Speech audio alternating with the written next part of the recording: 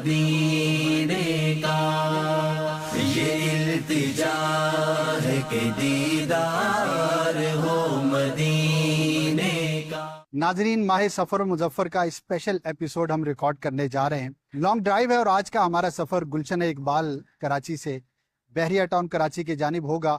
مفتی قاسم صاحب دامت برکاتہم العالیہ انشاءاللہ ہمارے ساتھ ہیں اور ہم بحریہ ٹاؤن کی طرف روانہ ہوں گے۔ راستے میں بہت ساری باتیں ہوں گی ایز یوزول، انشاءاللہ ضرور آخر تک دیکھیے گا، بہت کچھ سیکھنے کا موقع ملے گا۔ الحمدللہ رب العالمین والصلاة والسلام علی خاتم النبیین، اما بعد فاعوذ باللہ من الشیطان الرجیم، بسم اللہ الرحمن الرحیم۔ الصلاة والسلام علیکہ یا رسول اللہ وعلی آلکہ واصحابکہ یا حبیب اللہ۔ الصلاة والسلام علیکہ یا نبی اللہ وعلی آلکہ واصحابکہ یا نور اللہ۔ رسول اکرم نور مجسم صلی اللہ تعالی علیہ وآلہ وسلم کا فرمان عظمت نشان ہے کہ تم اپنی مجلسوں کو مجھ پر درود پڑھ کے آراستہ کرو، کیونکہ تمہارا درود پڑھنا قیامت کے روز تمہارے لیے نور ہوگا۔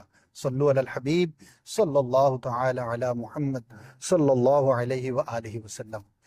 ہمارا سفر شروع ہو چکا ہے، اسپیشل ایپیسوڈ ہے، لانگ ڈرائیو اس کا نام ہے، اور اس دفعہ بھی میرے ساتھ مفتی اہل سنت، مفتی دعوت اسلامی، مفتی محمد قاسم صاحب دامت برکاتہم العالیہ تشریف فرمائے ہیں، اور انشاءاللہ سوالات جوابات کا سلسلہ ہوگا۔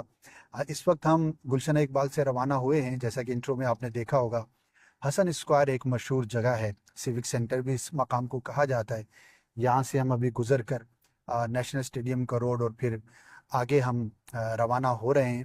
انشاءاللہ وہاں سے گزرتے ہوئے کچھ آگے کا ہمارا ٹریول ہوگا، اور آج کا جو ایپیسوڈ ہے وہ بالخصوص ماہ سفر امام اہل سنت اعلیٰ حضرت رحمۃ اللہ تعالی علیہ کے تعلق سے ہے۔ کیسے مفتی صاحب، خیریت سے؟ الحمدللہ، ماشاء اللہ، جزاک اللہ خیرہ۔ ایک مرتبہ پھر آپ نے اپنے ساتھ سفر کا موقع عطا فرمایا۔ مفتی صاحب، جب بھی آپ کے ساتھ سفر کی سعادت ملتی ہے الحمدللہ بہت کچھ سیکھنے کا موقع ملتا ہے، لیکن جب سفر کو ہم ریکارڈ کر کے اپنے ناظرین تک پہنچاتے ہیں تو بہت زبردست فیڈ بیک ملتا ہے، ناظرین اپریشیٹ بھی کرتے ہیں، سیکھنے کا بھی موقع ملتا ہے۔ ماہ سفر مظفر کے بارے میں کچھ ارشاد فرمائیے۔ کئی بزرگوں کے اعراس ہیں اس ماہ مبارک میں، اس کے حوالے سے، اور بیسیکلی عرس کے تعلق سے بھی میں چاہوں گا کہ ہمارے ناظرین کو کچھ مدنی پھول ارشاد فرمائیں۔ الحمدللہ رب العالمین والصلاة والسلام علی سید المرسلین، اما بعد فاعوذ باللہ من الشیطان الرجیم، بسم اللہ الرحمن الرحیم۔ سفر المظفر کا مہینہ جاری ہے، اور یہ مہینہ خاص طور پہ ہمارے ملک میں، ہمارے پاکستان میں، ہمارے اس خطے میں بطور خاص اولیاء کرام کے بہت سارے عرسوں کے حوالے سے بڑا معروف ہے، کیونکہ اس مہینے میں کچھ ایسے عرس جمع ہیں کہ جن میں بڑی انفرادیت ہے۔ ایک تو باتیں عرض کرتا ہوں، پھر ہم اعلیٰ حضرت رحمہ کے موضوع پر ہم کلام کرتے ہیں۔ وہ یہ ہے کہ مختلف جو صوفیہ کرام کے سلسلے ہیں، جیسے قادری، چشتی، نقشبندی، سہروردی، یہ چار سلسلے ہمارے یہاں بڑے معروف ہیں۔ اچھا، ایک سلسلہ ان سے پہلے ہوا کرتا تھا، اور یہ سلسلے سارے اس سے جا کے جڑ بھی جاتے ہیں، وہ ہے سلسلہ جنیدیہ۔ تو گویا 5 سلسلے ایسے ہیں کہ جو بہت بڑے سلسلے، اور اس مہینے کے اندر 5 ایسے بزرگ ہیں کہ جن کا تعلق ان 5 سلسلوں کے ساتھ ہے۔ یعنی کہ ایک بزرگ کا تعلق ایک سلسلے کے ساتھ، دوسرے کا دوسرے کے ساتھ، تیسرے کا تیسرے کے ساتھ، اور جو بھی بزرگ ہیں وہ اتنی بڑی ہستی ہیں کہ وہ اس سلسلے کی جان ہے، وہ اس سلسلے کے روح رواں ہیں، وہ اس سلسلے کو پروموٹ کرنے والے۔ اور ہمارے خطے میں وہ سلسلے، یہ جتنے ہیں 5 سلسلے جو میں نے کہے ہیں، یہ ان کے ناموں کے ساتھ پہچانے جاتے ہیں۔ جیسے سب سے پہلے ہیں حضور داتا گنج بخش علی حجویری رحمۃ اللہ علیہ۔ آپ کا تعلق سلسلہ جنیدیہ کے ساتھ ہے، آپ سلسلہ جنیدیہ کے ہیں۔ اچھا، دوسرے نمبر پہ جیسے قادری سلسلہ، قادری سلسلے میں اس مہینے کے اندر عرس ہے شہنشاہ قادریت، امام اہل سنت، مجدد دین و ملت، اشاہ امام احمد رضا قادری رحمۃ اللہ علیہ کا۔ اور آپ کے ذریعے سلسلہ قادریہ جو اس خطے میں اور جو ہمارے ملک میں پھیلا ہے وہ ہمارے سامنے۔ تیسرے نمبر پہ ہے چشتی سلسلہ۔ چشتی سلسلے کے نہایت معروف بزرگ ماضی قریب کے حضرت سیدنا پیر مہر علی شاہ صاحب رحمۃ اللہ علیہ، ان کا عرس مبارک بھی ماہ سفر میں۔ چوتھے نمبر پہ آ جائیں نقشبندی سلسلہ۔ نقشبندی سلسلے میں انتہائی عظیم ہستی کہ جن کے ذریعے نقشبندی سلسلے کو ایک نئی پہچان ملی، وہ ہے حضرت مجدد الف ثانی رحمۃ اللہ علیہ۔ آپ کا عرس مبارک بھی اسی مہینے میں۔ اچھا، سہروردی سلسلہ۔ سہروردی سلسلے کے اندر انتہائی عظیم شخصیت حضرت شیخ الاسلام بہاؤالدین زکریا ملتانی رحمۃ اللہ علیہ، آپ کا عرس مبارک بھی اسی مہینے میں۔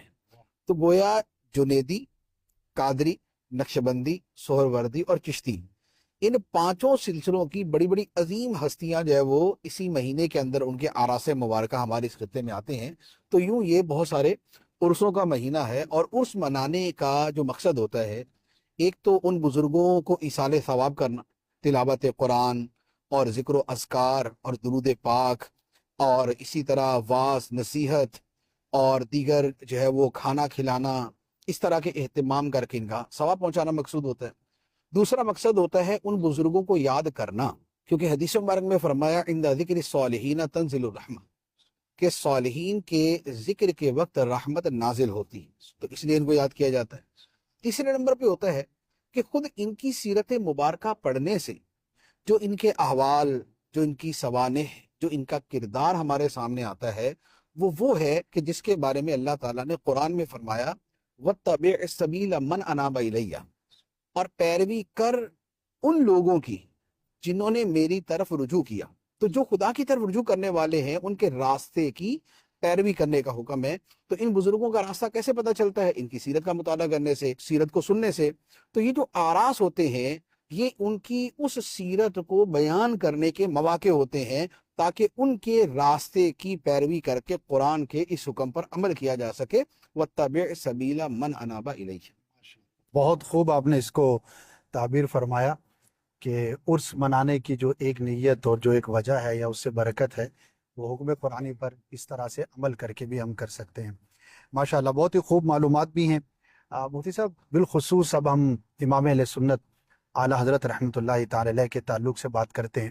اچھا، اس ماہ مبارک میں مدنی چینل ہو یا دیگر علماء اہل سنت اعلیٰ حضرت کی سیرت کے بہت سارے پہلوؤں پر کلام فرماتے ہیں، ایک سے بڑھ کر ایک بیانات کا سلسلہ جاری رہتا ہے۔ تو ہم چونکہ سفر میں ہیں تو میں چاہوں گا کہ امام اہل سنت کی زندگی میں سفر کتنا تھا، آپ کی عادت مبارکہ سیرت میں کیا ملتا ہے، اور وہ کیسے ہوتے تھے، اور آپ کی پرسنالٹی بطور سفر کے اس کی سیرت کے کچھ پہلوؤں کو اگر ارشاد فرمائیں۔ دیکھیں، مجموعی طور پر اگر دیکھیں تو جب بھی ہم شخصیات کو دیکھتے ہیں نا، تو اسلام کی کچھ شخصیات وہ ہیں جنہیں بڑی کامل شخصیات کہا جاتا ہے۔ کچھ تو ہوتا ہے نا کہ کسی اعتبار سے کام کیا، بقیہ کے اعتبار سے ان کا اتنا وہ نہیں ہوتا، لیکن کچھ شخصیات ایسی ہوتی ہیں جو دین کی، ایمان کی، اسلام کی نشانی جن کو قرار دیا جاتا ہے۔ ایسی بہت ساری ہستیاں جو ہے وہ گزری ہیں کہ جن کا تذکرہ اس انداز میں کیا جاتا ہے۔ جیسے امام اعظم رضی اللہ تعالیٰ عنہ کا تذکرہ یہ کیا جاتا ہے کہ امام اعظم رحمۃ اللہ علیہ خود اسلام کی حقانیت کے دلائل میں سے ایک دلیل ہے، یعنی آپ کی ہستی مبارک ایسی ہے۔ اچھا، اسی طریقے سے اور کئی ایسے بزرگ گزرے، غوث پاک رضی اللہ تعالیٰ عنہ، آپ کے بارے میں بھی یہ کہا جاتا ہے کہ خود آپ کی ہستی جو ہے وہ اسلام کی حقانیت کی دلیل تھی، کہ ان کی زندگی کے تمام پہلو اور ان کا کردار اتنا عظیم ہے کہ وہ اسلام کے حسن کو ظاہر کرنے والا ہے۔ اعلیٰ حضرت امام اہل سنت علیہ رحمہ کی ذات گرامی بھی وہ عظیم ہستی ہے کہ بعض علماء کا ایک جملہ ہے اور بڑا خوبصورت جملہ ہے، وہ کہتے ہیں کہ معجزات من معجزات سید المرسلین صلی اللہ علیہ وسلم، کہ اعلیٰ حضرت وہ ہیں جو سید المرسلین صلی اللہ علیہ وسلم کے معجزات میں سے ایک معجزہ، اتنی بڑی ہستی ہیں۔ تو اب جو ایسی ہستیاں ہوتی ہیں نا کہ جو اتنی کامل ہوتی ہیں، تو ان کی زندگی کے جتنے بھی شعوری سال ہوتے ہیں پھر وہ بڑے کمال کے ہوتے ہیں، کہ ان کو جب بطور طالب علم کے دیکھتے ہیں تب بھی بڑے عظیم ہوتے ہیں، جب انہیں بطور عالم اور معلم کے دیکھتے ہیں وہ تب بھی بہت عظیم ہوتے ہیں، جب انہیں بطور مصنف اور مقرر کے دیکھتے ہیں تو ان کی شخصیت کے بڑے خوبصورت پہلو سامنے آ جاتے ہیں۔ اچھا جب ان کی گھریلو اور فیملی لائف کو دیکھتے ہیں تو وہ بھی ایسی شریعت کے مطابق ہوتی ہے کہ بندہ پڑھتا ہے سنتا ہے تو بڑا اس کا ایمان تازہ ہوتا ہے کہ کیسی شاندار ان کی گھریلو زندگی تھی. اور انہی میں سے ایک شے سفر، کیونکہ جب دین پورے کا پورا کسی بندے کے دل و دماغ میں اترا ہوا ہے تو پھر اس کی جو زندگی ہے، خواہ وہ حضر کی ہے یعنی گھر کی ہے یا وہ سفر کی ہے، وہ ساری کی ساری شریعت کے اور دین کے مطابق ہوگی. اعلیٰ حضرت رحمہ کے جو مختلف اسفار کا میں نے مطالعہ کیا ہے، جو آپ کی سوانح اور آپ کی سیرت کی کتابوں میں لکھے ہوئے ہیں، تو اس میں ایک بات بڑی خوبصورتی کے ساتھ سامنے آتی ہے، اور وہ یہ ہے کہ آپ کے جتنے بھی سفر ہیں ان سب میں ایک تو جو اہمیت نماز کو آپ دیا کرتے تھے کہ سفر کیسا بھی ہو، آسان ہے، مشکل ہے، قریب کا ہے، دور کا ہے، آپ کی جو پہلی ترجیح ہوتی تھی وہ نماز کے متعلق ہوا کرتی تھی کہ کسی بھی صورت نماز قضا ہونا تو دور کی بات ہے، نماز کو اس کے آداب اور اس کی سنتوں اور اس کی ضروری احکام کے مطابق ادا کرنا بھی کسی صورت میں فوت نہ ہو. تو آپ کے جتنے سفر ہیں اس میں جگہ جگہ جو ہے نا وہ یہ ملے گا کہ آپ نے نماز کے لیے یہ اہتمام کیا، نماز کے لیے فلاں اہتمام کیا، نماز کے لیے فلاں اہتمام کیا. ایک تو یہ بات. دوسری بات یہ کہ آپ کی سیرت مبارکہ میں جو آپ کا سفر ہے اس میں قدم قدم پہ یہ ملے گا، کیونکہ سفر کیا ہوتا ہے، سفر مشکلات سے جو ہے وہ بھرا ہوا ہوتا ہے. آج کے زمانے کا سفر جو اتنا یوں کہہ لے کہ آسان ہو چکا ہے، یہ بھی اتنا آسان نہیں ہوتا، اس میں بھی مشکلات آ جاتی ہیں. تو اعلیٰ حضرت علیہ رحمہ کا زمانہ کہ جس میں عوامی طور پہ تو ابھی جہاز ویسے بھی نہیں چلتا تھا، بحری جہاز، ٹرین اور اونٹ گھوڑے وغیرہ کی سواری تک جو ہے نا یہ اس زمانے کے اندر موجود تھی. تو وہ اتنی مشقت والا سفر، تو سفر میں مشکل آئے، مشقت آئے تو کیا کرنا ہے. اب ایک رویہ وہ ہے جو تقریباً ہر دوسرے تیسرے بندے میں ہم دیکھتے ہیں کہ اور کیا پھنس گئے، لٹ گئے، اور یہ ہو گیا وہ ہو گیا، ایک بے صبری، ایک تو یہ. لیکن اعلیٰ حضرت رحمہ سفر کے دوران کسی بھی مشکل پر آپ کا جو رویہ ہے وہ یہ ہے کہ فوراً اللہ کی طرف رجوع، اللہ کی بارگاہ میں دعا فوری طور پہ. یعنی آپ کے جتنے میں نے سفروں کی مشکلات کے احوال دیکھے نا کہ فلان جگہ یہ مشکل پیش آئی، فلان جگہ یہ مشکل پیش آئی، تو اعلیٰ حضرت رحمہ کے یا 3 عمل ہوتے تھے یا 2 عمل ہوتے تھے. نمبر 1، جو دعائیں احادیث مبارکہ میں آئی ہیں آپ فوری طور پہ ان دعاؤں کو پڑھنا شروع کر دیتے تھے. نمبر 1. نمبر 2، سرکار دو عالم صلی اللہ تعالی علیہ وآلہ وسلم کی بارگاہ میں استغاثہ کرتے تھے کہ یا رسول اللہ کرم فرمائیے، یہ مشکل ہے، اس کو دور فرما دیجیے. اور تیسرا، سرکار غوث اعظم حضور سیدنا شیخ عبد القادر جیلانی قدس سرہ النورانی کی بارگاہ میں فوراً رجوع کرتے تھے اور غوث پاک سے استغاثہ کرتے تھے اور قدم قدم پہ مشکلیں دور ہوتی تھی. تو یہ جو رجوع اللہ ہے اور رجوع محبوب اللہ ہے، یہ آپ کے اسفار کے اندر بہت زیادہ نظر آتا ہے.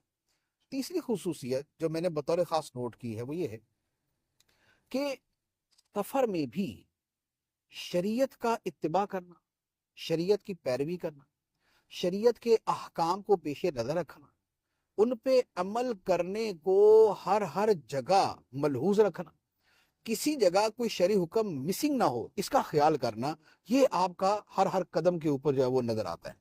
تو یہ اتباع شریعت کا معاملہ ہے.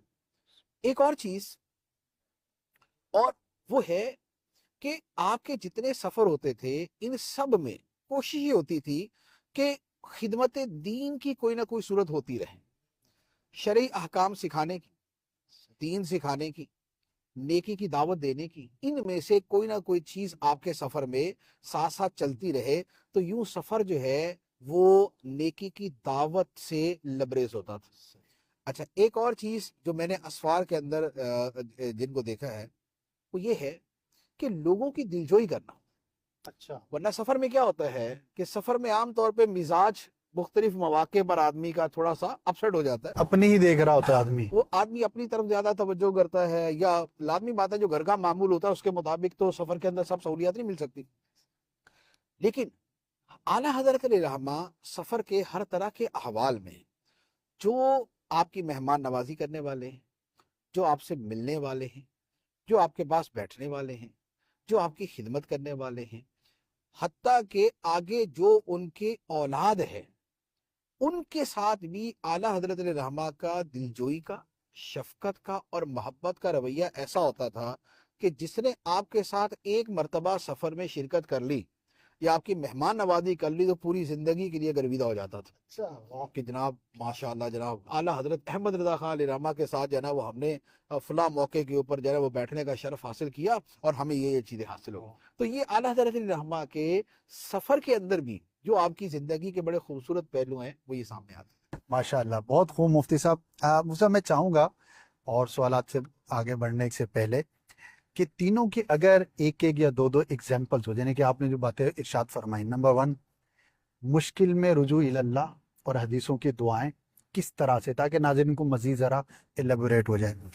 دوسرا، آپ نے ارشاد فرمایا کہ سفر کے دوران شریعت کی پابندی. تو ہو سکتا ہے کوئی سوچ رہا ہو کہ جس طرح گھر میں ویسی سفر میں، تو ایسی کون سی خصوصی سچویشنل کوئی ایسی کنڈیشن چیز ہو سکتی تھی کہ جس پر اعلیٰ حضرت نے بالخصوص ایسا کام کیا جو منفرد رہا. اور تیسرا جو آپ نے فرمایا کہ آپ کے ساتھ جو ہم سفر ہوتے تھے ان کے ساتھ آپ کا حسن اخلاق اور ان کی جو خیر خواہی تھی. تینوں کے بارے میں یا تینوں میں سے جس کے بارے میں اگر کچھ اگزامپل یا واقعات کوٹ کر دیں گے تو میرا خیال ہے زیادہ سمجھنا آسان ہو جائے گا. دیکھیں، پہلا پوائنٹ جو آپ نے پوچھا ہے کہ دوران سفر اللہ تعالیٰ کی بارگاہ کی طرف فوراً رجوع کرنا، اس میں کئی واقعات تو ایسے ہیں کہ جیسے اگر کسی جگہ پہ نماز کا وقت تنگ ہو رہا ہے اور آپ ٹرین کے اندر سفر کر رہے ہیں. اچھا، اب اعلیٰ حضرت رحمہ کا فتویٰ مبارک یہ ہے کہ چلتی ٹرین میں فرض نماز نہیں ہوتی، یعنی فرض واجب و سنت فجر یہ نمازیں چلتی ٹرین میں نہیں ہوتی، بلکہ ٹرین رکے گی اور آپ رکی ہوئی ٹرین کے اندر پڑھ لیں یا نیچے اتر کے پڑھ لیں. تو جہاں پر بھی کوئی ایسی صورت حال پیش آتی نظر آتی کہ یہاں پر جو ہے وہ نماز کا ایشو ہو رہا ہے تو آپ اسی وقت بارگاہ الہی کے اندر دعا کر دیتے کہ یا اللہ نماز کا اہم معاملہ ہے، اس معاملے کو جو ہے وہ آسانی کے ساتھ جو ہے وہ گزار دیں. تو آپ کی کبھی ایسی نماز ہوئی نہیں کہ جو اس طرح سفر کی وجہ سے کچھ آگے پیچھے ہوئی ہو اور جسے اس طریقے سے ادا نہ کر پائے ہوں جیسے شریعت کو مطلوب ہے اور جیسی امام اہل سنت وہ چاہا کرتے تھے. اب اللہ تعالیٰ کی طرف سے تائید کیسی ہوتی کہ مثال کے طور پہ کسی جگہ ٹرین نے رکنا ہے 3 منٹ. اچھا، اب 3 منٹ اگر ٹرین رکے گی تو 3 منٹ کے اندر جو ہے پلیٹ فارم پہ اتر کے نماز ادا کرنا بڑا مشکل کام. لیکن اللہ تعالیٰ کی طرف سے ایسی مدد ہوتی کہ ٹرین جو ہے وہ 3 منٹ کی بجائے 15 منٹ 20 منٹ رک جاتی. اچھا، کسی جگہ سٹاپ تو ہے لیکن وہاں جو سٹاپ کا وقت آئے گا نا اس وقت میں نماز کا وقت ابھی شروع نہیں ہوگا. اچھا، اب نماز کا وقت شروع نہیں ہوگا تو وہاں ٹرین رکنے کا نماز کے اعتبار سے تو فائدہ نہ ہوا، اور جب ٹرین چل پڑے گی تو نماز کا وقت شروع ہو جائے گا. تو اب اعلیٰ حضرت رحمہ کے رجوع اللہ کا نتیجہ یہ ہوتا کہ ٹرین جو ہے وہ آدھا گھنٹہ لیٹ ہو گئی، پونا گھنٹہ لیٹ ہو گئی، وہ وہاں رکی ہی جا کے اس وقت کہ جس وقت نماز کا ٹائم شروع ہو رہا ہے، تاکہ اب تسلی کے ساتھ اتر کے نماز ادا کریں اور اس کے بعد جو ہے نا وہ آپ آرام سے جو ہے نا اپنا اگلا سفر جاری رکھ سکیں. اچھا، اسی طریقے سے کئی مقامات پہ ایسا ہوا، جیسے ایک واقعہ اعلیٰ حضرت رحمہ کے سفر حرمین کا ہے کہ آپ اپنے جو ہے وہ فیملی کے کچھ افراد کے ساتھ جو ہے وہ مدینہ منورہ کے سفر پر تھے. اب راستے کے اندر کیا ہوا کہ اپنی فیملی کو جوائن کرنا تھا بیسیکلی ممبئی جا کے، وہ لوگ پہلے جا چکے تھے، آپ نے بعد میں پہنچنا تھا. اب ہوا یہ کہ ٹرین کے لیٹ ہونے کی وجہ سے آپ بعد میں پہنچے، تو جو آپ کے ساتھ والے تھے انہوں نے پہلے کوارنٹائن ہونا تھا، اس وقت کوارنٹائن ہوا جاتا تھا اس سے پہلے، یہ بحری جہاز میں سفر سے پہلے وہ پہلے داخل ہو جاتے، اعلیٰ حضرت علیہ رحمہ لیٹ ہو جاتے. اچھا، اب اگر لیٹ ہوتے نا تو یہ دوسرے جہاز میں جاتے. اچھا، یعنی کہ فیملی جو ہے وہ اور جہاز میں جا رہی ہے، آپ ایک اور جہاز میں جا رہے ہیں. تو اعلیٰ حضرت فرماتے ہیں کہ میں نے فوراً جو ہے وہ بارگاہ الہ میں عرض کی کہ یا اللہ میں تنہا فیملی کے بغیر کیسے سفر کروں گا. تو اب ہوا کیا، اللہ تعالیٰ کی طرف سے کیسی تائید ہوئی. فرماتے ہیں کہ جب میں پہنچا تو پتہ چلا کہ ڈاکٹر جو سارے مریضوں کو وہ پہلے دوائی پلا رہا تھا نا کہ اس کے بعد ان کو آگے پہنچنا ہے، جیسے آج کل انجیکشن لگتے ہیں تو اس زمانے میں دوائی پلائی جاتی تھی، تو آدھے مسافروں کو جب اس نے وہ دوائی پلائی نا، آدھے مسافروں کو دوائی پلانے کے بعد یکدم اس کو گھبراہٹ شروع ہو گئی. اچھا، تو اس نے کہا بھائی میری طبیعت خراب ہو رہی ہے، میں جا رہا ہوں اور بقیہ جتنے مسافر ہیں ان کو کل دوائی پلائی جائے گی. اور آپ کے جتنے رشتے دار تھے وہ بعد والوں میں تھے. تو نتیجہ یہ ہوا کہ وہ جہاز کا سفر ایک دن لیٹ ہو گیا, صحیح. مسافروں کو دوائی دوسرے دن پلائی گئی, اور تب تک اعلیٰ حضرت الرحمن کو جوائن کر لیا تھا. تو یوں آپ کا سارا سفر جو ہے وہ بحری جہاز کا سفر جو ہے وہ ان کے ساتھ ہوا.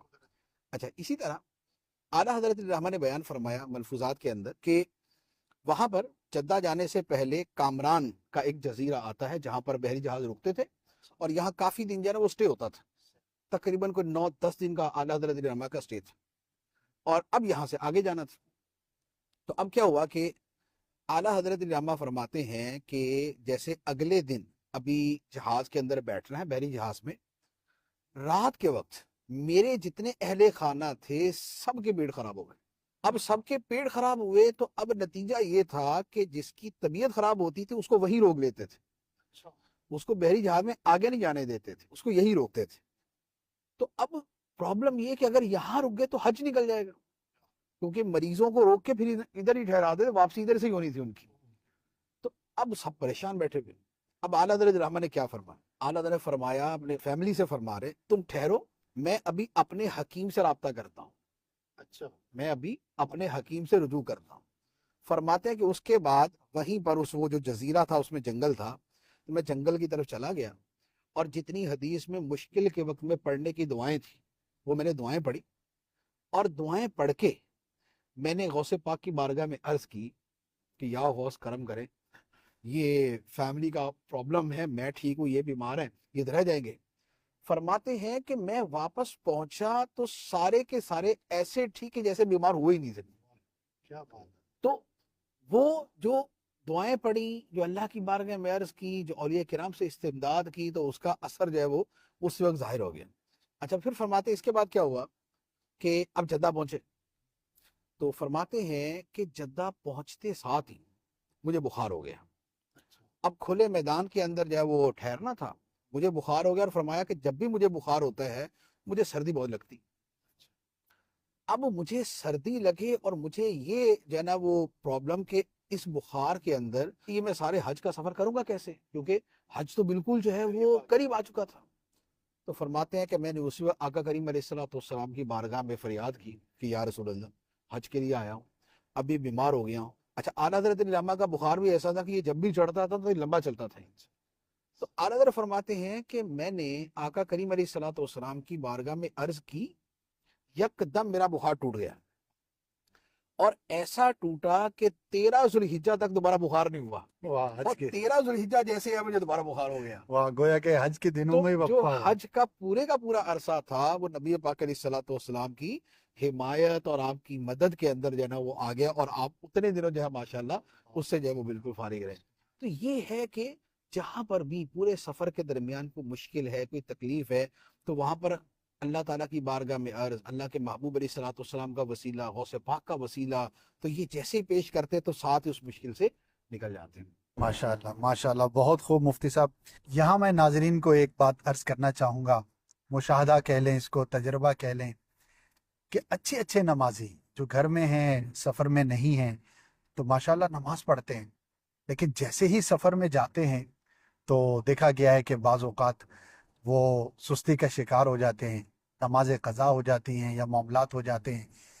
اتنی مشکل نہیں ہوتی جتنی اپنے اوپر جو ہے وہ اوڑھ لیتے ہیں, تھوڑی سی بات پر پتہ نہیں اپنے آپ کو کیا سمجھاتے ہیں اور نمازیں جو ہے وہ چھوڑ دیتے ہیں. لیکن اس کے برعکس بھی لوگ دیکھیں کہ کچھ بھی ہو جائے, سفر آسان ہے, مشکل ہے, پانی میسر ہے یا نہیں ہے, تیمم کرنا ہے, سردی ہے, گرمی ہے, لیکن وہ سفر کے دوران بھی نماز نہیں ترک کرتے. اب آپ غور کر لیں کہ آپ کس کیٹیگری کے اندر اپنا شمار سمجھتے ہیں, اور بڑا مزہ آتا ہے ایسے لوگوں کے ساتھ سفر کر کے کہ جو سفر کے دوران بھی نمازوں کا اہتمام کرتے ہیں. تو آج کے اس سفر کے تذکرے میں جو امام اہل سنت کا ہم نے سنا, ایک دفعہ پھر نیت کیجئے کہ سفر ہو کیسا بھی ہو, انشاءاللہ ہماری نماز قضا نہیں ہونی چاہیے. یہاں تک ہم نے لوگوں کو دیکھا کہ ہزاروں روپے زیادہ خرچ کرتے ہیں, لیکن گاڑی یا ایروپلین وہ لیتے ہیں, جہاز وہ بک کراتے ہیں, ٹکٹ وہ لیتے ہیں کہ جس میں ان کی نماز کی سہولت ان کو میسر. تو اللہ تبارک و تعالی ہمیں بھی نمازوں کی ہر جگہ پابندی کی توفیق عطا فرمائے۔ اسی سفر والی بات سے ایک اور بات مجھے یاد آ گئی۔ اعلیٰ حضرت رحمہ کے شہزادے ہیں مفتی اعظم ہند مولانا مصطفیٰ رضا خان علی رحمۃ الرحمان۔ تو ایک مرتبہ آپ نے سفر کیا اور آپ سفر کر کے بائی ایئر بریلی شریف پہنچے۔ تو بریلی پہنچ کے آپ نے لوگوں سے پوچھا یار جہاز کے سفر کا کوئی فائدہ بتاؤ۔ تو انہوں نے کہا کہ حضور بندہ یوں کر کے پہنچ جاتا ہے، یعنی 2-3 گھنٹے کا سفر ہے، پورا ہو گیا۔ اچھا، اور کسی نے کہا حضور اس کا فائدہ یہ کہ بڑا آرام دہ سفر ہے۔ اب کہاں ٹرین کے اندر اتنا لمبا سفر ہے اور اتنے گھنٹے لگ جاتے ہیں، تو یہاں پر تھوڑی دیر میں پہنچ جاتا، بڑا آرام دہ سفر ہے۔ فرمایا اچھا، فرمایا کہ میرے نزدیک یہاں ممبئی میں بائی ایئر آنے کا سب سے بڑا فائدہ یہ ہے کہ فجر کی نماز کے بعد ہم جب بھی جو فلائٹ کا ٹائم تھا اس میں بیٹھے اور ظہر کی نماز سے پہلے ہم یہاں پہنچ گئے، تو راستے کے اندر کوئی ایسی نماز نہیں آئی کہ جس کے پڑھنے کے اندر ہمیں مشکل ہو اور اس کی جماعت کی ادائیگی کے اندر ہمیں مشکل۔ تو اعلیٰ حضرت رحمہ کے شہزادوں کا معمول مبارک بھی نماز کے حوالے سے ایسا تھا۔ بلکہ نماز کی آپ نے بات کی ہے تو اعلیٰ حضرت رحمہ نماز کی خاطر مہنگی سے مہنگی ٹرین کے ٹکٹ لیا کرتے تھے کہ جو دوسری ٹرین ہے اس کے سفر کے اعتبار سے درمیان کے اندر جماعت کے ساتھ نماز پڑھنا یہ بڑا مشکل تھا، لیکن جیسے ایک ٹرین ایسی ہے کہ اگر وہ لے لی جائے تو اس کے اندر جو نمازیں ہیں وہ وقت میں آ جائیں گی، وہ جماعت کے ساتھ پڑھ سکیں گے، وہ ٹرین سے اتر کے پڑھ سکیں گے۔ تو اعلیٰ حضرت رحمہ دگنی اور 3 گنا زیادہ اس کے چارجز دے کے وہ والی ٹکٹ لیا کرتے تھے تاکہ نماز ہے وہ کسی صورت بھی آپ کی نکل نہ جائے۔ اچھا، پھر اس کے ساتھ ملفوظات کے اندر ایک سوال ہے، ایک کسی نے سوال کیا کہ حضور ٹرین کے اندر کھڑے ہو کے نماز پڑھنا بڑا مشکل ہے تو کیا کیا جائے؟ فرمایا کہ الحمدللہ اس فقیر نے بڑے بڑے لمبے سفر کیے، لیکن نماز جو ہے وہ کھڑے ہو کے ادا کرنے کا مسئلہ تو دور کی بات ہے، الحمدللہ کبھی جماعت بھی نہیں جانے دی۔ جماعت بھی نہیں جانے دی؟ 5 وقتہ نماز جماعت کے ساتھ ہم نے ٹرین کے سفر میں ادا کی ہے، الحمدللہ ہم نے اس انداز میں نماز پڑھی۔ فرمایا زیادہ سے زیادہ یہ ہوتا ہے کہ ٹرین کے اندر اگر چلتی ٹرین ہے اور نفل پڑھنے ہیں، جیسے نفل پڑھنے کی تو اجازت ہے، اور اب قبلہ اس طرف ہے کہ جس طرف آگے سیٹ ہے، تو اب تھوڑی سی مشکل ہوتی ہے۔ تو اعلیٰ حضرت رحمہ نے اس کا باقاعدہ طریقہ سکھایا۔ فرمایا کہ پھر یوں کر کے نماز پڑھو کہ جیسے قیام کیا، رکوع کیا، سجدے میں جانے کے لیے سر کو تھوڑا سا یوں کر کے سیٹ کے نیچے کر لو، لیکن اس کو 45 ڈگری سے باہر نہیں نکلنے دینا کیونکہ وہ پھر نماز کے مسائل سے عدول ہو جائے گا، تو لہذا اس طرح کر کے ذرا وہ نماز کو ادا کر لے۔ تو اعلیٰ حضرت رحمہ نے نفل نماز بھی پڑھنی ہے تو اس کا بھی طریقہ بتا دیا کہ وہ اس انداز کے اندر ادا ہوتا ہے۔ اور بقیہ نمازوں کے بارے میں فرمایا کہ الحمدللہ بڑے بڑے لمبے سفر کیے، کبھی 5 وقتہ نماز جو ہے جماعت کے ساتھ جو ہے نا وہ بھی ہماری جو ہے وہ نہیں نکلی، جماعت کے ساتھ ہم نے نماز ادا کی۔ پھر اعلیٰ حضرت رحمہ کا ایک اور بڑا خوبصورت میں نے جو کئی خطوط میں دیکھا ہے، جب آپ سفر سے واپس آتے یہ آپ نے سفر مکمل ہو جاتا تو جیسے راستے کے اندر جیسے آپ نے ٹکٹ بھی اسپیشل خریدی تھی کہ نماز جو ہے نا وہ اپنے وقت کے اوپر ادا ہوتی رہے، تو آپ کیا کرتے کہ جیسے وہاں پہنچے نا تو وہاں پہنچتے ساتھ ہی جیسے تار اس زمانے میں بولتے نا، یعنی کہ امیجیٹ لیٹر کو جو ہے نا وہ تار کہہ لے آپ، فوری میسج، تو آپ لکھتے کہ الحمدللہ فلاں جگہ پہ فلاں نماز کا وقت آ گیا اور باطمینان ہم نے پلیٹ فارم پر نماز ادا کی، الحمدللہ میری رقم وصول ہو گئی۔ سبحان اللہ، کیا بات ہے! یعنی میں نے زیادہ پیسے خرچ کیے تھے نماز کی خاطر اور مجھے الحمدللہ نماز پڑھنے کا اسی طرح موقع مل گیا کہ رکی ہوئی ٹرین میں یا ہم نے نیچے اتر کے باقاعدہ نماز ادا کی ہے تو الحمدللہ میری رقم وصول ہو گئی۔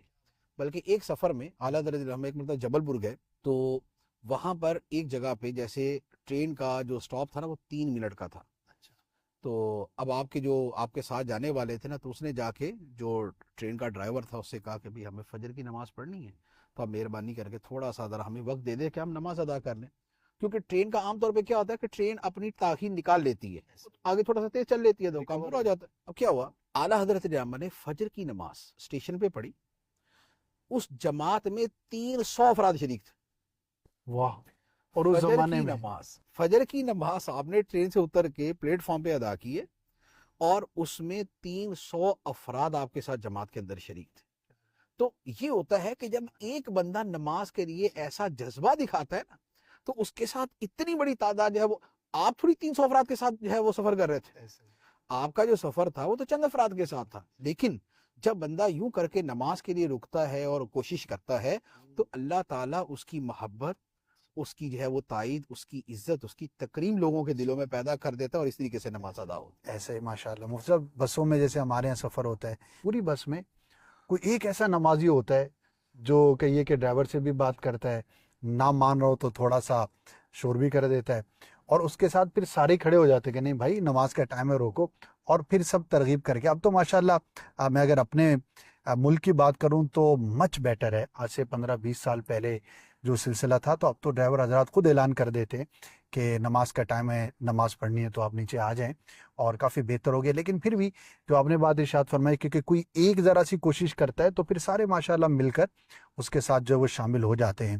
تو یہ سفر کا ایک بہت ہی بنیادی ایک یوں سمجھیے کہ ہمیں لحاظ رکھنے کی چیز ہے جس کا ہمیں کرنا چاہیے۔ ماشاءاللہ نماز کی کافی ڈیٹیل میں بات ہوئی مفتی صاحب۔ دوسرا جو پہلو آپ نے ارشاد فرمایا کہ سفر کے دوران بھی اتباع شریعت کا لحاظ رکھنا، تو ہو سکتا ہے کوئی یہ سوچے کہ سفر میں کیا ایسی چیزیں پیش نظر ہو سکتی ہیں یا درپیش ہو سکتی ہیں کہ جہاں پر ہم بالخصوص اتباع شریعت کو ایسا ڈسکس کر سکتے ہیں، یا اعلیٰ حضرت کی سیرت میں اس کے بارے میں کیا فرمایا؟ دیکھیں، اتباع شریعت کا لفظ بڑا وسیع ہے، اس میں ایک ہے خود شریعت پہ عمل کرنا، دوسرا یہ ہے کہ دوسروں کو بھی شریعت پر عمل کروانا۔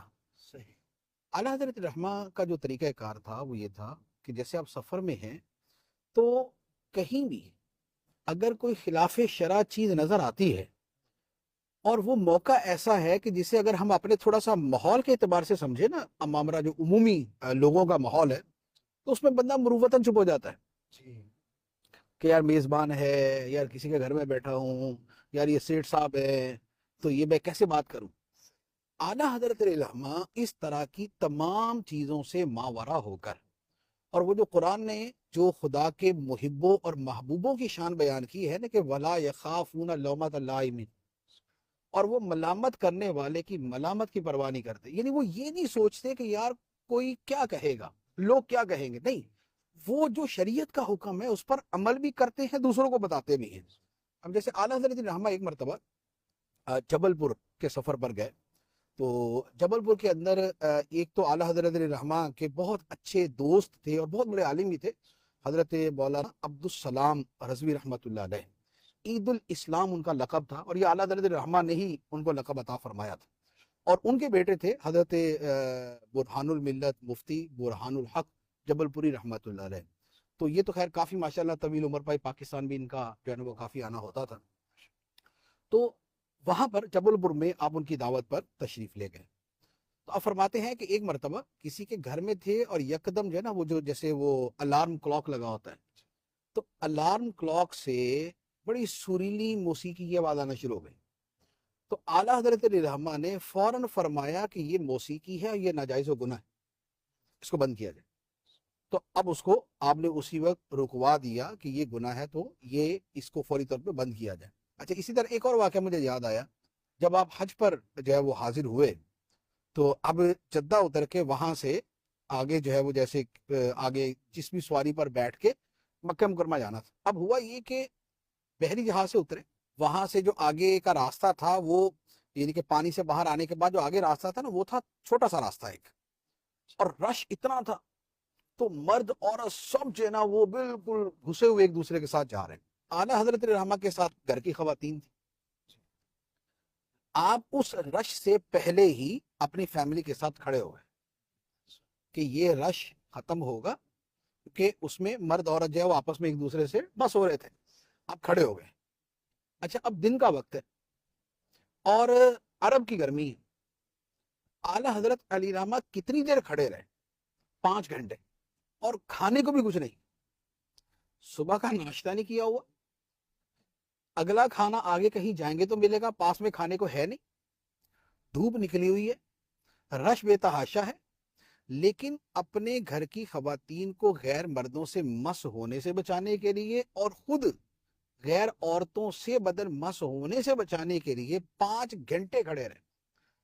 آپ کے ساتھ آپ کے شہزادے اور آپ کے بھائی بھی تھے، تو انہوں نے کہا کہ حضرت کب تک کھڑے رہیں گے؟ تو یہ رش تو ختم ہونے والا ہی نہیں ہے، حاجی تو آتے جائیں گے، یہ رش تو ایسے ہی چلتا رہے گا۔ فرمایا کہ بھئی جب تک بغیر اس پرابلم کے گزرنے کا راستہ نہیں بنے گا میں ادھر ہی کھڑا رہوں گا۔ تم لوگوں نے جانا تو چلے جاؤ، اور وہ سارے خاموش ہو کے بیٹھ گئے۔ لیکن اب کیا ہوا دیکھیں، جب بندہ اللہ تعالیٰ کے حکم پہ عمل کا ایک ایسا عزم کرتا ہے تو اللہ تعالیٰ اس کی مدد بھی فرماتا ہے۔ اب اعلیٰ حضرت علماء فرماتے ہیں کہ یکدم ایک عرب صاحب آئے اور آ کے کہنے لگے یا شیخ اراک حزینن، میں تمہیں پریشان دیکھ رہا ہوں، تو کیا مسئلہ ہے؟ تو اعلیٰ حضرت فرماتے ہیں کہ میں نے اس کو بتایا کہ ہم تو 5 گھنٹے سے کھڑے ہیں اور راستہ ایسا ہے، ہم نے گزرنا ہے لیکن ایسے تو نہیں گزریں گے۔ تو انہوں نے فرمایا اچھا یوں کرو، تم سارے مرد گھیرا بناؤ، میں تمہارے ساتھ گھیرا بناتا ہوں، ٹھیک ہے، خواتین کو اندر کر دو۔ تو یوں گھیرا بنا کے ہم گزر جاتے ہیں۔ تو اب وہ اعلیٰ حضرت رحمہ کے ساتھ اور ان کے ساتھ جتنے مرد تھے ان کے ساتھ اس نے گھیرا بنایا، خواتین کو درمیان میں کیا، اور یوں الحمدللہ بغیر مس ہوئے وہاں سے گزر گئے۔ اعلیٰ حضرت فرماتے ہیں کہ جیسے ہی ہم اس پوری جگہ سے پار گزرے وہ عرب صاحب غائب۔ اب وہ خدا نے فرشتہ بھیجا تھا، وہ خدا نے رجال الغیب میں سے کسی کو بھیجا تھا، وہ کیا معاملہ تھا وہ اللہ تعالیٰ بہتر جانتا ہے، لیکن شریعت پر عمل کا جذبہ دیکھیں کہ پتہ ہے کہ یہاں گزرنے میں یہ ایشو آئے گا، تو لہذا آپ پیچھے کھڑے ہیں کہ نہیں، گھنٹوں کھڑے ہو جائیں، بھوکے پیاسے کھڑے ہو جائیں، لیکن یہاں سے گزریں گے تبھی کہ جب یہ والا شرعی مسئلہ یہاں پر پیش نہیں آئے۔ کیا بات ہے مفتی صاحب، یہ سن کے تو بہت سو کی یوں سمجھیے کہ حوصلہ افزائی بھی ہوگی کہ اگر آپ کوشش کرتے ہیں تو اللہ پاک یوں مدد بھی فرماتا ہے، اور بڑوں کی بڑی باتیں، ورنہ فی زمانہ کون خیال کرتا ہے، خاص طور پہ سفر میں، ایون کہ سفر حج میں بھی آپ کا یقیناً بہت مشاہدہ بھی ہے کہ مطلب معمولی سی مشکل سے بچنے کے لیے لوگ جو ہے وہ بعض اوقات مکروہ کاموں میں، بعض اوقات ناجائز کاموں میں پڑ جاتے ہیں، لیکن جذبہ ہو تو ایسا، ہم ایسے ہی امام علیہ سنت اعلیٰ حضرت کا نام نہیں لیتے، ایسے ان سے محبت کے اظہار نہیں کرتے، بلکہ ان کی پرسنالٹی ہی اتنی شاندار تھی کہ ان واقعات کو سن کے ہر عقل مند آدمی یہ سمجھ سکتا ہے کہ وہ ایک نارمل اور ایک بالکل عام روٹین کی طرح رہنے والے شخص نہیں تھے، بلکہ واقعی امام اہل سنت تھے۔ اللہ پاک ان کی برکتیں ہمیں عطا فرمائے۔ مفتی صاحب، جب بھی سفر کا نام آتا ہے نا تو سیر و تفریح گویا کہ اس کے ساتھ ساتھ ہی ہے، چولی دامن کا ساتھ ہے، سفر اور سیر سفر اور سیر تقریباً، اور کام کے لیے بھی سفر ہوتے ہیں، لیکن اگر فی زمانہ کہیں تو ٹریول اینڈ ٹورز پوری انڈسٹری ہے۔ تو امام علیہ سنت نے کوئی سیاحت بھی فرمائی، کوئی سیر کے لیے بھی کوئی سفر ہوا کسی خوبصورت جگہ کے لیے؟ اعلیٰ حضرت رحمہ کے جو اسفار تھے وہ یا تو خدمت دین کے لیے ہوتے تھے کہ کسی جگہ آپ نے تقریر فرمانی ہے، بیان کرنا ہے، یا اہل سنت کی کوئی میٹنگ ہے، مشورہ ہے، اس میں آپ نے شرکت فرمانی ہے، یا کوئی دستار بندی کا علماء کے جو ہے نا وہ گریجویشن کی سیریمنی ہے اس میں شرکت کرنی ہوتی تھی، یا آپ کے سفر حج اور یہ والے اسفار مبارک۔ تو اعلیٰ حضرت رحمہ کے نارملی سفر یہی تھے۔ چند ایک سفر ایسے ملتے ہیں کہ جیسے آپ کی طبیعت کی ناسازی کی وجہ سے، یعنی بہت زیادہ کمزور ہونے اور طبیعت کے بحال نہ ہونے کے اوپر، جیسے ڈاکٹر نے، حکیم نے آپ سے تبدیلی آب و ہوا کے لیے کہا کہ آپ کسی پرفضا مقام پہ چلے جائیں جہاں گرینری ہو، جہاں ہوا ہو، جہاں تھوڑا سا موسم چینج ہو، تو آپ وہاں چلے جائیں۔ تو اعلیٰ حضرت رحمہ نے وہ والے سفر بھی فرمائے ہیں کہ جس میں آب و ہوا کی تبدیلی، لیکن وہ آب و ہوا کی تبدیلی یوں نہیں تھی کہ وہاں جا کے کوئی سینس پارٹی کرنے اور گھومنا پھرنا، ایسا نہیں۔ وہ یہ تھا کہ جو فتاویٰ آپ یہاں گھر پہ بیٹھ کے تحریر فرماتے تھے، تو کچھ فتوے کی کتابیں، فتاویٰ شامی وغیرہ، اور کچھ اپنی ہے وہ رجسٹر وغیرہ، وہ آپ لے کے وہاں چلے جاتے، اور جو فتوے یہاں بیٹھ کے لکھ رہے تھے وہ وہاں بیٹھ کے لکھ لیا کرتے تھے۔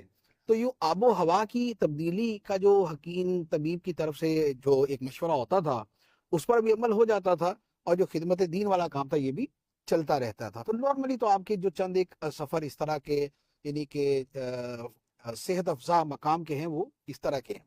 ایک سفر ایسا ہے کہ جس میں اعلیٰ حضرت رحمہ کی سیر کا اور آپ کی خوش طبعی کا اس حوالے سے تذکرہ ہے، اور وہ یہی جبل پور کا سفر ہے۔ یعنی وہاں سے جو مفتی برہان الحق جبل پوری علیہ رحمہ اور ان کے جو ساتھی تھے، تو انہوں نے وہ اپنے والد گرامی سے کہا کہ ہم اعلیٰ حضرت رحمہ کو یہاں جبل پور کی دعوت دینا چاہتے ہیں، تو ایک ذرا پرزور قسم کا یہاں پر سفر ہوگا، اور اس میں بہت زیادہ ہم یعنی کہ خوش کرنے کی اور تفریح طبع کی ہم کوشش کریں۔ تو انہوں نے فرمایا یار اعلیٰ حضرت رحمہ تو بغیر کسی دینی کام کے سفر نہیں فرماتے، تو یہ بڑا مشکل کام ہے۔ دوسرا یہ ہے کہ وقت کے مجدد کو تم دعوت دو اور بعد میں ان کی شایان شان اہتمام نہ کر سکے گے تو ہماری رہے گی یہ اہل سنت سے۔ تو یہ باقاعدہ ان کی آپس میں گفتگو ہو رہی تھی. بہرحال طے یہ ہوا کہ نہیں سفر کے لیے دعوت دیتے ہیں. تو بہرحال یہ مفتی برہان الحق جبل پوری علیہ رحمہ جو ہے وہ حاضر ہوئے اور بالآخر سفر کے لیے ساتھ لے گئے. اور کئی یہ نماز کے جو واقعات میں نے بیان کیے نا یہ اسی سفر کے. اچھا اب وہاں پر سفر کے دوران بہت سارے واقعات پیش آئے. جب آپ نے قیام کیا وہاں پر بھی بہت سارے واقعات ہیں. تو اس میں جو بطور خاص تھوڑا سا سیر و تفریح جسے کہتے ہیں اس کے حوالے سے بھی جو واقعات ہیں وہ واقعات بھی وہ ہیں کہ جیسے کہتے ہیں کہ جس کا نیکیاں کمانے کا ذہن ہوتا ہے نا تو وہ جائز اور مباح کام کے اندر بھی نیکیاں کما لیتا ہے. یعنی جیسے عبادت پر قوت پانے کی نیت سے کھانا کھاؤں گا تو یہ کروں گا وہ کروں گا. اعلیٰ حضرت رحمہ کی جو سیرت مبارکہ کے واقعات ملتے ہیں اسے پتہ چلتا ہے کہ سبحان اللہ کیا یعنی کہ ایمان افروز دماغ پایا اور کیا خوبصورت سوچ تھی اور کیا جو ہے وہ ایک دین کے ساتھ اور ایمان کے ساتھ ایک گہرا تعلق تھا. تو وہ قدم قدم پہ نظر آتا ہے. اب آپ ایک جگہ تفریح کے لیے گئے سیر کے لیے گئے تو وہ آبشار تھی وہاں پر. اب آبشار گرنے کا ایک آپ کو پتہ ہی ہے کیا سین ہوتا ہے اس کا. آبشار گرتی ہے ایک اس کی آواز اس کے گرنے کی آواز پھر اس کے جو ہے وہ بچھاڑ وغیرہ اوپر کو جاتی ہے تو اس کی ایک بڑا خوبصورت سا سین بن جاتا ہے. تو اعلیٰ حضرت رحمہ نے جیسے اس کو دیکھا تو اب طبیعت پہ بڑا خوشگوار اثر پڑا. لیکن ساتھ ہی زبان پہ کیا جاری ہوا ربنا ما خلقت هذا باطلا سبحانك فقنا عذاب النار کہ اے ہمارے رب تو نے یہ سب باطل پیدا نہیں کیا. تو پاک ہے تو ہمیں آگ کے عذاب سے بچنا ہے.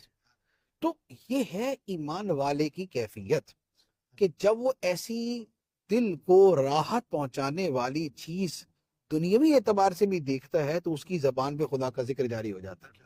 اچھا وہاں سے تھوڑا سا آگے گئے تو وہاں کو مندر بنا ہوا تھا. اب جیسے مندر کے کچھ بت پہ نظر پڑی تو اس وقت جو پڑھنے کی دعا ایک حدیث مبارک کے اندر بیان فرمائی گئی ہے تو فوراً وہ زبان میں جاری ہوئی اشہد ان لا الہ الا اللہ وحدہ لا شریک لہ الہ واحد لا نعبد الا ایاہ واشہد ان محمدا عبدہ ورسولہ. یہ پوری وہ الفاظ مبارکہ جو یہ فوراً زبان پہ جاری ہو گئے. تو اب جیسے ایک مظہر شرک دیکھا تو فوراً اعلان توحید اور ایک جو ہے وہ معبود باطل پہ نظر پڑی تو معبود حق کی یاد. تو یہ جو ہے یہ وہ ہے کہ جو اندر کا ایمان فوری طور پہ جو ہے نا وہ بے قرار ہو کے جو ہے وہ زبان کے اوپر کلمات جاری کر دیتا ہے. یہ وہ والی کیفیت.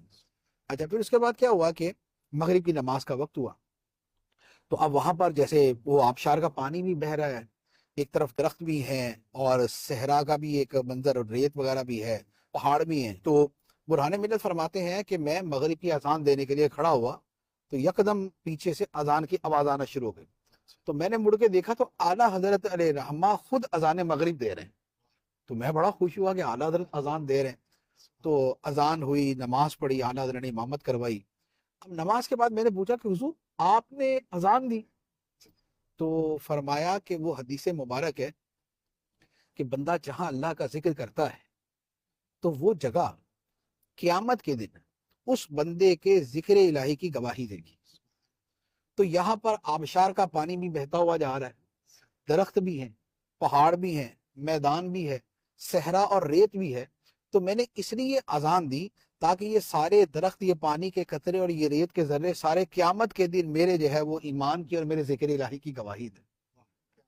تو انہوں نے بڑا خوش ہو کے آگے سے جواب دیا کہ حضور پھر ہمارے لیے بھی سعادت ہے کہ یہ ساری چیزیں اس بات کی گواہ ہو گئی ہیں کہ ہم نے آپ کی اذان یہاں پر سنی تھی.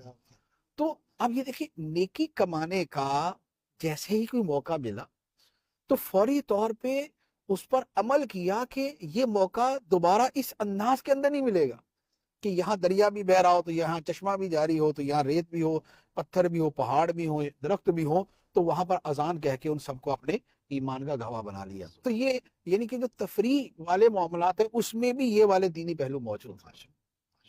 ماشاءاللہ بہت خوب بہت کچھ سیکھنے کا موقع ملا. ناظرین یہ تھے ہمارے بزرگوں کے اسفار جب وہ سفر کرتے تھے تو اس میں کیا خوبصورت انداز ہوتا تھا اور کتنے خوش قسمت ہوں گے وہ لوگ کہ جنہوں نے امام اہل سنت کے ساتھ سفر کیا ہوگا. ہمارا وقت اختتام کو پہنچا. کئی اور چیزیں تھیں ذہن میں لیکن ظاہر ہے کہ ہمیں ٹائم کا خیال رکھنا ہوتا ہے. انشاءاللہ آئندہ کبھی موقع ہوا تو امام اہل سنت کے دیگر بزرگوں کے جو سفر ہیں ان پر انشاءاللہ ہم کلام کریں گے. اب میں آپ سے اجازت چاہوں گا. مدنی چینل دیکھتے رہیے. صلو علی الحبیب صلی اللہ تعالی علی محمد صلی اللہ علیہ وآلہ وسلم۔ سفر ہمارا بھی سرکار ہو مدینے کا، یہ التجا ہے کہ دیدار